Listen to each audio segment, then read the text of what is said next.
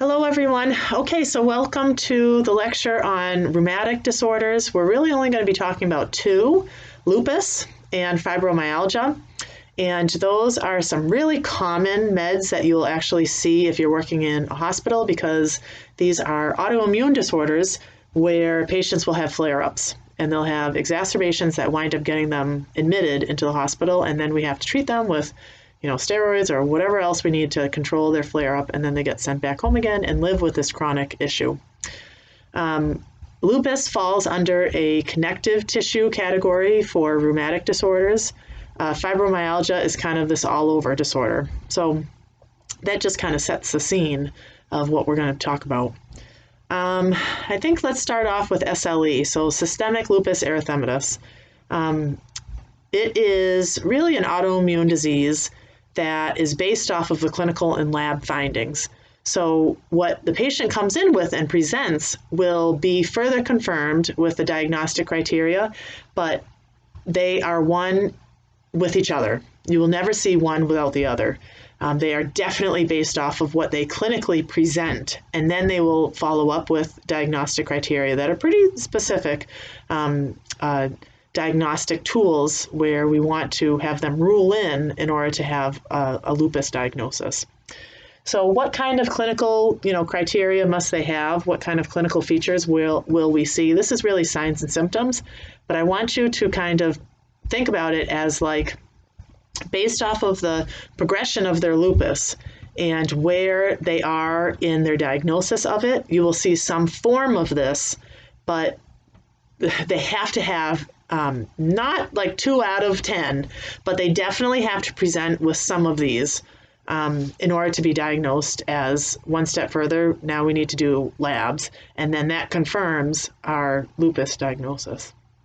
So what clinical, features, criteria, whatever you want to call it, what signs and symptoms will they present with? Well, the classic is the butterfly rash, and that is called cutaneous lupus erythematous. Cutaneous skin, lupus is a name. Erythematous is redness. So it's almost like this butterfly rash right here. And you know a patient who has lupus when they're walking down the street and they have that butterfly rash. It is classic lupus. They will also have like oral lesions. Remember, this is like an autoimmune disorder. And many of the signs and symptoms mirror that exactly. Like alopecia, they'll start to lose their hair. This is also a connective tissue disorder. So in the morning, often lupus patients present with morning stiffness, and that's because they just haven't used all their muscles and their connective tissues and gotten it working. So by the time an hour or two goes by, they feel a lot better because they've been up and walking around for the day and moving their arms and fingers and legs. Sometimes they have like neurologic changes. So obviously it goes from just starting out to the extreme of when they wind up, passing away and anything in between. But patients often will say that they have, with lupus, headaches like migraines. They can become depressed. Heck, I would be depressed also if I had an autoimmune disorder because they're pretty life-changing, and then a connective tissue disorder, on top of that. So not only do you have autoimmune issues, but you also have connective tissue issues. And that's got to be depressing because it's life-changing. But they also have neurologic changes. So neurologically, like people who are born and, turn 13 and all of a sudden they're manic, or, major depression where they're catatonic. They can't help that stuff. That's a neurologic change. And that's what happens with lupus.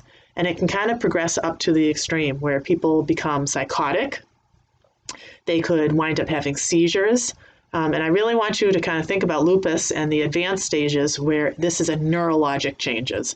This is a neurologic change and not just like an emotional issue.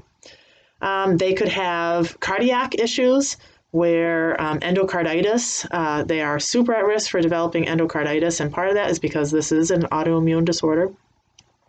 But they can also complain of pericardial pain lasting more than 1 day, and pericardial pain is related to that connective tissue component. They could have lab changes, like renal lab changes. One of the things that you might find is positive proteinuria. So how would you grab that? You would have to grab a urine analysis. All right, well, nursing, my mind is always going like this. I say positive proteinuria. All right, well, how am I going to grab it? Urine analysis. All right, well, how am I going to grab that urine analysis? Well, is it going to be from a Foley? Do you have to grab it from the Foley, tubing? Is it sterile? You better use sterile technique, because then now you just messed up bacteria and introduced bacteria into the actual Foley and could cause a UTI. And now you also just contaminated the sample because you didn't alcohol swabby or chlorhexidine swabby the, like the male-female part that's on the catheter, the Foley catheter, where you grab the urine from. All right, well, are you going to grab this as a clean catch? Well, that's clean. It's not sterile, so it could be contaminated. So there's lots of, considerations that you have to really think about. Patient could also come down, as far as renal changes, they could have positive glomerular nephritis, and that is pretty painful. So hence one of the reasons why, rheumatic disorders, we talk about pain management afterwards. Lab stuff, they could also come down with hemolytic anemia, and that's when their red blood cells are destroyed by our antibodies. So hemolytic anemia, you would have to grab a white blood cell, a CBC, in order to figure that out. They could have leukopenia, thrombocytopenia, so lots of blood labs. Remember that this is an autoimmune disorder. So, all right, so let's get into labs. So I'm actually going to write some of them down. So the first one, let me bring this down. Redder. Okay. The first one is an ANA.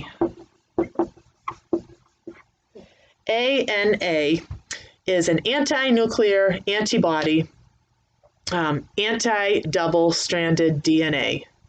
ANA, anti-nuclear antibody. Oh, man, I went on to the next one. ANA is an anti-nuclear antibody. That's it. I have my words written so closely with each other. ANA, anti-nuclear antibody. And if your ANA level is above normal, then you could be positive for lupus. And if your ANA is above normal, then 95 to 99% of those patients will have a diagnosis of SLE. A normal range for ANA is 1 to 40 to 1 to 60. And they literally, they might say, oh, your number is 1 to 57. So if it is above here, like 1 to 90, 1 to 500, positive SLE. You follow me? You could have a false positive, but, whatever. That's number one. You'd have to rule them out for other stuff. You keep on going and you make sure you grab enough diagnostic tools and clinical signs and symptoms to confirm a 1Z or a 2Z, positive result. The next one that you'll see is here's the stuff that I was talking about. Anti-dsDNA antibodies. Anti-dsDNA antibodies. And this is anti-double-stranded DNA. DS, double-stranded. Anti-double-stranded DNA antibodies. So that's the full, name of it. Basically, this is when your body is making antibodies to attack DNA, and basically what they wind up doing is attacking their self. So remember, this is an autoimmune disorder, so your body is actually attacking itself. And if it winds up being greater than 10, that's the number, greater than 10, then that is like a positive confirmation. So your body is making antibodies to attack the DNA, attacking itself. So your body is trying to actually fix what the issue is, and it's attacking those DNA antibodies that are attacking you. So it's trying to really target those things that are attacking you as part of the autoimmune disorder. Then the next one is, I'll do number 3, so that way you can read it.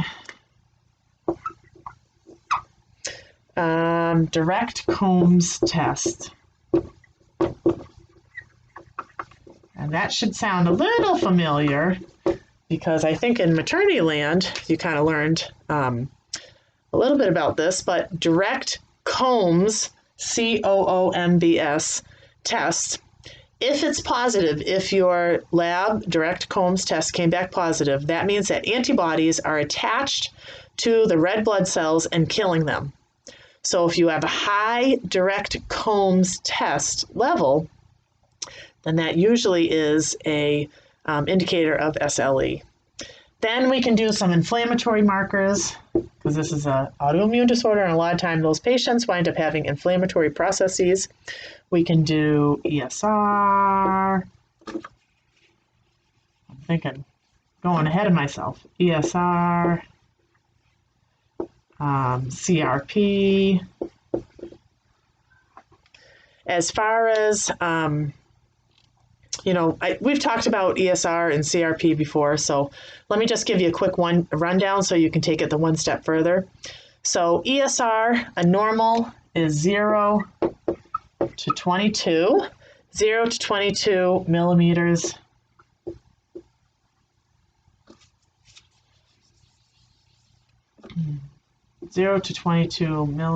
per hour for men, and then 0 to 29 millimeters per hour males for females. So it's a little bit off. And this is the distance that red blood cells have to descend in the test tube after 1 hour. So in 1 hour, as you draw your lab and they're looking at it, down in the lab where the phlebotomist dropped it off, and they will actually measure the distance between the top where the red blood cells are and as it's descending in the test tube after, an hour, how far has it descended? So has it gone 0 to 22 millimeters in 1 hour for men, then you're within normal limits. 0 to 29 for females, within 1 hour, you're normal limits. But if it's outside of that and it's higher, then that means often that it's an inflammatory process. And then CRP, ESR is erythrocyte sedimentation rate. CRP is C-reactive protein. And a normal is less than 3.0. Oh my goodness, I can't spell today. 3.0 milligrams per liter. If it's greater than 10, that means inflammatory process is happening. So C-reactive protein, if you have a ton of these proteins, then often that means that the inflammatory process is occurring. So that's the connection.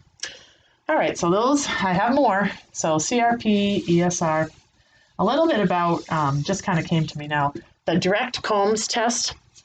What you learned in maternity is the indirect Combs test, and that's used, indirect is in maternity. This direct Combs test is like autoimmune lupus thing, so make sure you know the difference. Indirect Combs test is used to test whether there are antibodies, like Rh factor in the mother's blood, and if it's positive Rh, then you're nervous about the fetus. So your body could actually, attack the fetus. So it should make you nervous. Some other things that we have. So what number are we on? 3, 4, 5, 6. We have a couple more. 1, 2, 3, 4, 5. Yeah, all right. 6, 7, 8. If I'm off by my numbers, you know what I'm talking about. CBC makes sense. Oh my goodness, I cannot write today. What is going on with me? CBC. I'm actually usually a good writer, like speller. CBC. All right, well, what am I talking about? We talked about hemolytic anemia, leukopenia, thrombocytopenia. Makes sense, right? Why would we grab a CBC? Then another one. BUN, creatinine, GFR. Makes sense. Why? Because we talked about renal changes, positive glomerular nephritis. You will find that by changes in your, you'll confirm it by changes in your BUN, creatinine, and GFR. And then the last one, urine, analysis. Urine analysis. So urine analysis,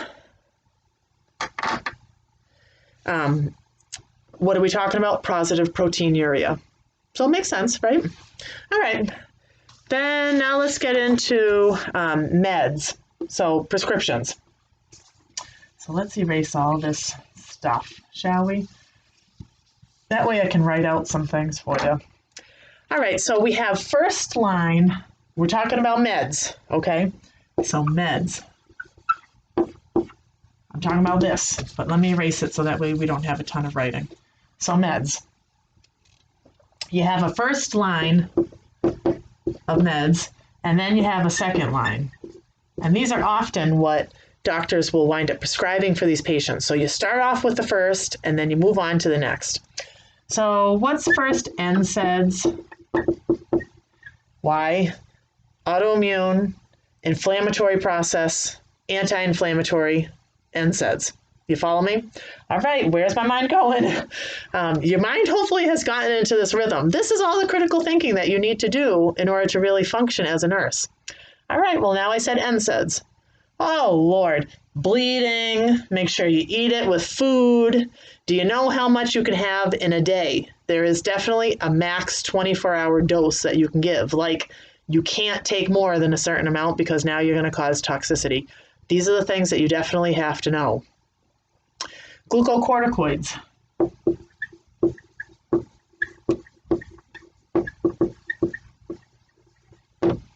Oh my gosh, now your mind should be going all over the place. Increased blood sugars. If we're going to give it IV, then we need to taper it slowly. Often patients will be on long-term glucocorticoids with this diagnosis. So we really need to be worried about, infective processes because it's going to make them immunocompromised. And then long-term steroids actually have one-on-one with osteoporosis. So, all right, osteoporosis, how are we going to further monitor that? Now you might have polypharmacy because what if they wind up having osteoporosis and now they need to go on meds for osteoporosis? You follow me? Here's another one. Chloroquine.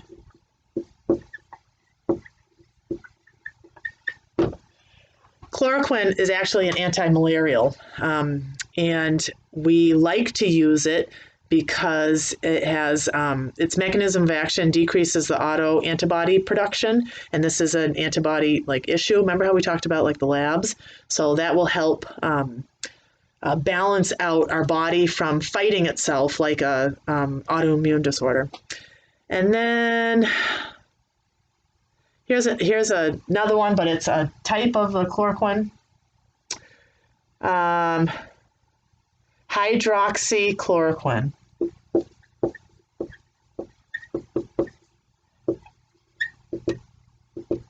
And then you just attach that. I'm not positive. I'd have to look it up. I feel like, I don't have it with me. Let me just check real quick. I'm going to go onto my internet. I'm questioning if it has an L or not.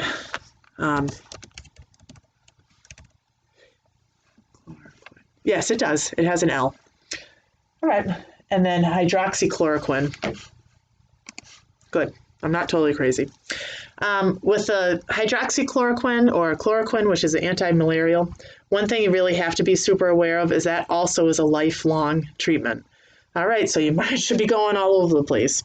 If it's a lifelong therapy, it's a lifelong med that they need to be on, there's a lot of education that goes along with that. So if you see in a question, one step further, if you see in a patient who says this, oh, I'm only going to take it for 3 months, then I can get off it.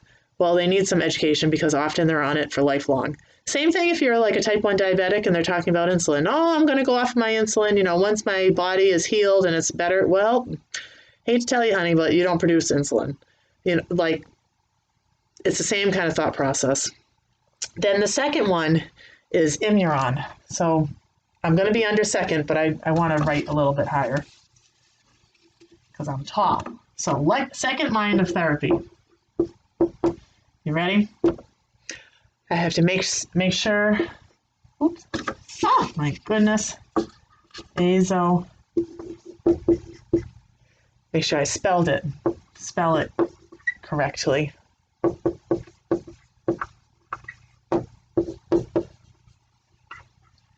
Imuron. And then the next one is methotrexate. Imuron is actually a pretty common med. I can't think of another diagnosis, but I know, oh man, I feel like it's a GI diagnosis, like colitis or something. I don't know, I can't remember. But Imuron is like this is an off-labeled use that you can use it for lupus. But then methotrexate is, man, serious business. We give methotrexate to really immunosuppress the body. So they have anti-inflammatory properties to it, but it is going to cause immunosuppression. So you have to make sure that your patient is super careful about not getting sick. And then the side effects of methotrexate are really bad. So make sure, we talked about meds. I promise you, you're going to get tested on these meds. Make sure you go under Davis's drug guide or whatever you're using, ATI, whatever. It's all kind of the same. I love Davis's drug guide, and that seems to be a really popular one that you have out in the clinical field. Make sure you're looking up those and you do under drug guides. You like your drug cards. Then others. What other things can we do to help these patients? So weight control. They could go on a low-dose aspirin that will help with some of the CBC issues that we found, complete blood cell count, some of those blood issues that we found under clinical signs and symptoms. We definitely know that some of the meds are going to cause osteoporosis, and this is an autoimmune disorder. So calcium, vitamin D, calcium and vitamin D, you could have two separate, are often prescribed. A lot of patients wind up having cardiac issues, so you'll see them ordered statins and ACE inhibitors. Because they're going to be immunocompromised, you will see that we really encourage them to have vaccines.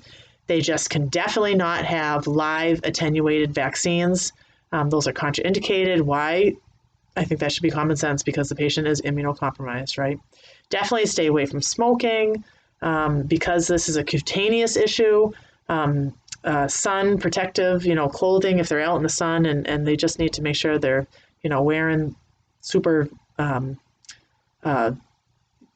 sunblock because they don't want to burn because then they might not heal appropriately. And now you just ruined first line of defense, which is your skin. All right, what other kind of little tidbits? Well, because we know that this is an autoimmune disorder, if they do develop some kind of infective process, you don't just say, oh, just watch it. You tell them to get into the doctor. They're already probably on steroids. They have an autoimmune disorder that makes them like double whammy, immunocompromised. What if they're on methotrexate as well? So if they develop any kind of infective anything, tachycardia, fever, pain, change of mental status, what if this is a UTI? One of the first signs and symptoms of patients who are especially older who develop a UTI, change of mental status. So if they have any of those things, they need to get themselves into the provider immediately because it could be enough to really cause them to go into the ICU. Their body's not able to recuperate.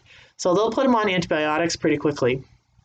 Another thing, because this is a cutaneous issue, they wind up having a lot of other autoimmune disorders, and Raynaud's is one of them. So, all right, well, I feel like we talked about Raynaud's. Make sure that we protect their hands and feet.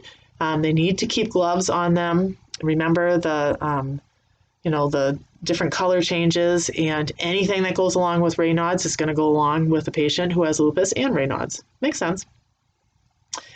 And then because they are on so many really serious meds, we want to make sure that we don't cause some kind of nephrotoxicity. So how are we going to monitor that? Through renal labs. So urine analysis, BUN, creatinine, and GFR. We want to definitely make sure that we are not causing more issues for the patient based off of the meds that we're giving them. So, all right, I think that's it for that. Let's get into fibromyalgia. So fibromyalgia, oh goodness, is one of those fibro. Sure, I'm spelling it right because I'm having issues with spelling today. We'll do definition. Let's do definition. Like, how are you gonna know what fibromyalgia is? Signs, etiology, signs and symptoms. What else are we gonna talk about? Just get ourselves organized. Yep. How are we gonna diagnose it? And then treatment. Okay. Fibromyalgia is one of those disorders that, man, it can drive people crazy because it is definitely a diagnosis that gets attached to people who have multiple ailments, and we just can't put our finger on it. So then they wind up getting a diagnosis of fibromyalgia, and they are very difficult patients to treat because you don't have a true finger on it, what is causing the issue. It's a very ambiguous kind of disorder. You can't clearly define what the issue is. If anybody knows a fibromyalgia patient, you will know exactly what I'm talking about. If you've been experienced to it, like a family member, if you're taking care of one, it is very, very difficult to get them in a good place if they have fibromyalgia. Just by the definition, you can kind of tell a little bit about what fibromyalgia is. Fibro, F-I-B-R-O, kind of breaking it apart. Fibro is a connective tissue, like the Latin term. Fibro, connective tissue. Myo is muscle, and then algia, pain. Fibromyalgia, connective tissue, muscle pain. Can you imagine having connective tissue and muscle pain and not really knowing what the heck the reason is? That is your fibromyalgia patient. They have really pain control issues. It is referred to as a syndrome versus a disease because it is a simultaneous, like a collection of symptoms that aren't related to a single identifiable cause. That is what drives practitioners bonkers because they want to fix things and they cannot fix it with a fibromyalgia patient. A lot of times we think that fibromyalgia patients are kind of like psych patients, like they're making things up in their head because we want to fix them, and you just can't do that with fibromyalgia. And I really think that's a shame because we shouldn't be labeling our fibromyalgia patients like as psych cases, but that winds up happening a lot. And I truly believe in my gut that's because people are just frustrated. Practitioners are just frustrated because they haven't fixed the issue. What etiology, like what is the cause? Well, we don't know. We just talked about it. It's a collection of symptoms that have no single identifiable cause. We don't really know what spurs fibromyalgia. It could be anybody, but we do think that there is a huge genetic link to patients who have fibromyalgia. Somebody else in their family has it. What kind of signs and symptoms are you going to see? It is definitely characterized by like 3 things, and then you have a bunch of little others. So musculoskeletal pain by far is number 1. Sharp, stabbing, shooting, throbbing, aching, that's how they will describe it. Patients will have number 2, extreme fatigue. They say they are exhausted.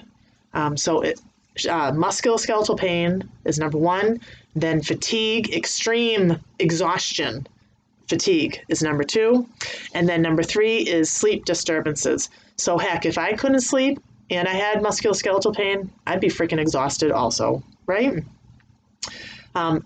With those top 3, you will also see difficulty concentrating. If I am exhausted, good luck trying to get me to concentrate.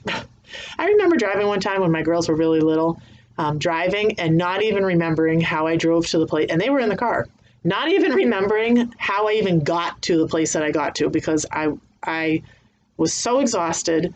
I remember I did not fall asleep, but I had a really hard time concentrating just from exhaustion. Well, makes sense. Look at the top 3 symptoms. I don't have fibromyalgia, but I wasn't sleeping then because my girls were little, but you can understand why people are having these signs and symptoms because they're logical, like they make sense. Patients will say that they definitely have a lot of weakness, cramping sensations, and a lot of psych stuff like depression. Heck, I'd be depressed too if everybody thought I was making up my signs and symptoms, my pain, right? Anxiety, they are very stressed out. Heck, I'd be stressed if my practitioners could not fix the damn issue. I'd be stressed out too. Makes sense. And then cognitive difficulties. That kind of goes along with the difficulty concentrating, and then depression, anxiety, feeling very stressed. But chronic pain is very difficult for patients to live with because they feel no relief. So how are we going to diagnose it? The first thing we're going to do is try to rule out any other condition. And you can imagine the amount of tests that these patients have undergone in order to have a diagnosis of fibromyalgia. Literally, they will rule them out for everything under the sun. So you better have health insurance because you're going to definitely rack up a bill. That's for sure. And then there's also two other things that we can do. So the first one is a fibromyalgia pain scale. And that is pretty new age kind of scientific research where they will come out with if the patient meets the following pain scale, then they can rule in for fibromyalgia. It's called fibromyalgia pain scale. And let me tell you what it is. And then we're going to get into another set of how do we diagnose. So the criteria for fibromyalgia pain scale is the first thing. Widespread pain in all 4 body quadrants for a minimum of 3 months. So widespread pain in all 4 body quadrants, you just divide your body up in 4s, for a minimum duration of 3 months. So they have to have chronic pain. Fibromyalgia patients have a ton of pain. Pain must be present in at least 11 of 18 designated tender points in the body. And these, you have to have at least 11 of 18 identified. Fibromyalgia, physicians and doctors and experts around the world have identified 8 designated tender points that they can truly say, if you have these, then you have fibromyalgia. Tender points are located in areas where muscles are attached to joints. Remember, there is a connective tissue and muscle component to this pain. Go back to the name fibromyalgia. We broke it down. So it makes sense. So the places are neck, lower back, shoulder blades, knees, hips, chest area, your bum, like buttocks, and then your biceps. All of those connective tissue places where it meets with attached to a joint where it has the muscles. So, and this pain is very different than tenderness. These are not tender like you overworked it. This is pain, very painful, sharp stabbing, daggers. Go back to what I described for the signs and symptoms. Shooting, stabbing, throbbing, aching. It's very different from tender. And then what would you do? So we're kind of moving on. How else would you diagnose it? You'd look for other comorbidities. And often fibromyalgia jumps on the boat with a couple of other things that they all run together. So you're looking for comorbidities. First one, chronic fatigue syndrome. And that is when chronic pain is with sleep and mood disturbances. Go back to the classic signs and symptoms of fibromyalgia. They go together. But there's actually a different name that you can attach to non-fibromyalgia patients, and it's called chronic fatigue syndrome. So if they have chronic fatigue syndrome and a couple of the other ones that we're going to talk about, then often fibromyalgia will get lumped on top. Here's another one. Polymyalgia rheumatica.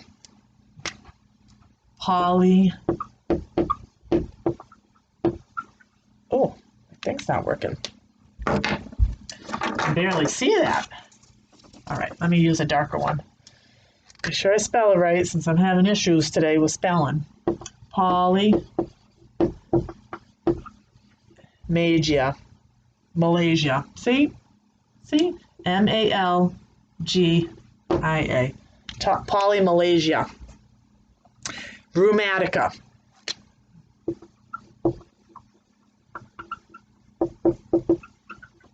rheumatica.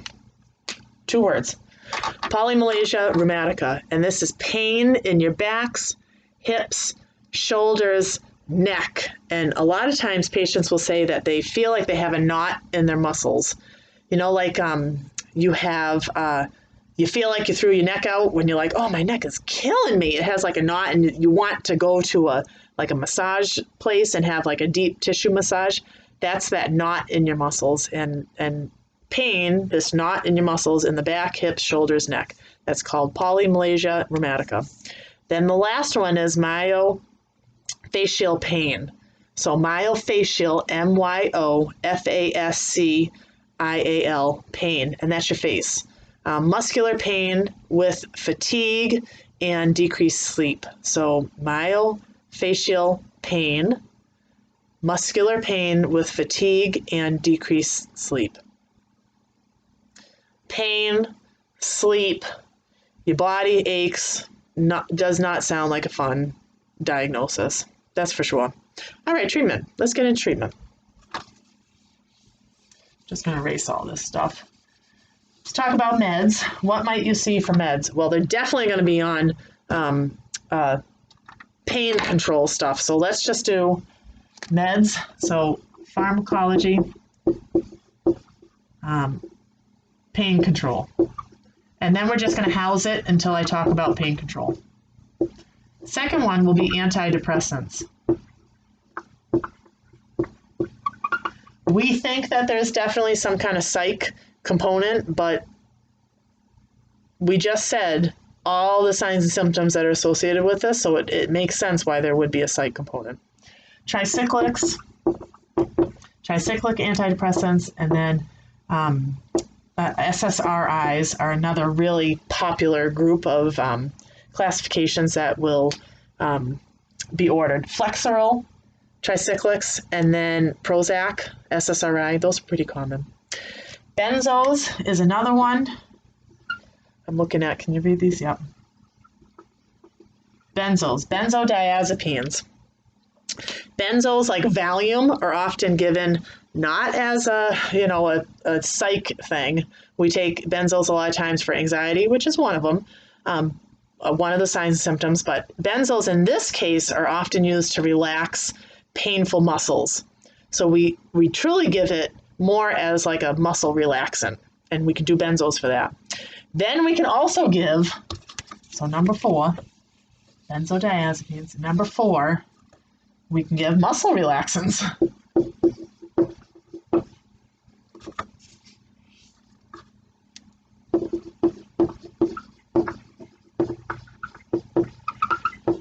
Soma is a great example.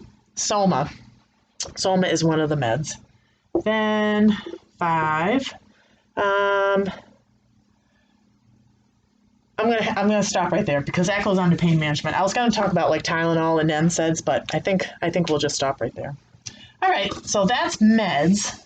And then what other stuff under treatment? Well, we know that this is a connective tissue and a painful thing. So PT, OT, we can enroll them in physical therapy and occupational therapy, have them participate in aerobic exercise. We really want to get them moving, like walking, biking, swimming, low impact exercises. We don't want to send them over the edge, but we do want them to do aerobic exercise. And part of that is to try to help out with their mental status and then help them create some kind of sleep pattern. Because if they can, burn some energy and really start to take care of themselves, it will hopefully help them sleep better at nighttime. Do a lot of really good pain education, patient education. So know what their triggers are to have a flare-up, like stressful situations. I've had some students who have had fibromyalgia as a student, and usually they would have exacerbation of their fibromyalgia when they were really stressed out. So it makes sense. Then we could also do some alternative treatments, which work phenomenally, fabulously with fibromyalgia patients. But what comes along with that? Money. Because a lot of times insurance will not cover a ton of alternative therapies. So like acupuncture, massages. We're getting better at having insurance cover, but massages a lot of times they don't because that's out of pocket. But acupuncture, I feel like it depends on your insurance. And then counseling, we know that there is a psych component to this. Definitely stay away from alcohol and definitely stay away from caffeine products because we want to help encourage some of their sleeping patterns. And we know that alcohol and caffeine, and you can throw in cigarettes in there, definitely mess with your sleeping. All right, so I think that's it for that. I'm going to stop this and then I'm going to have a separate one just for pain. Okay? All right, that's it.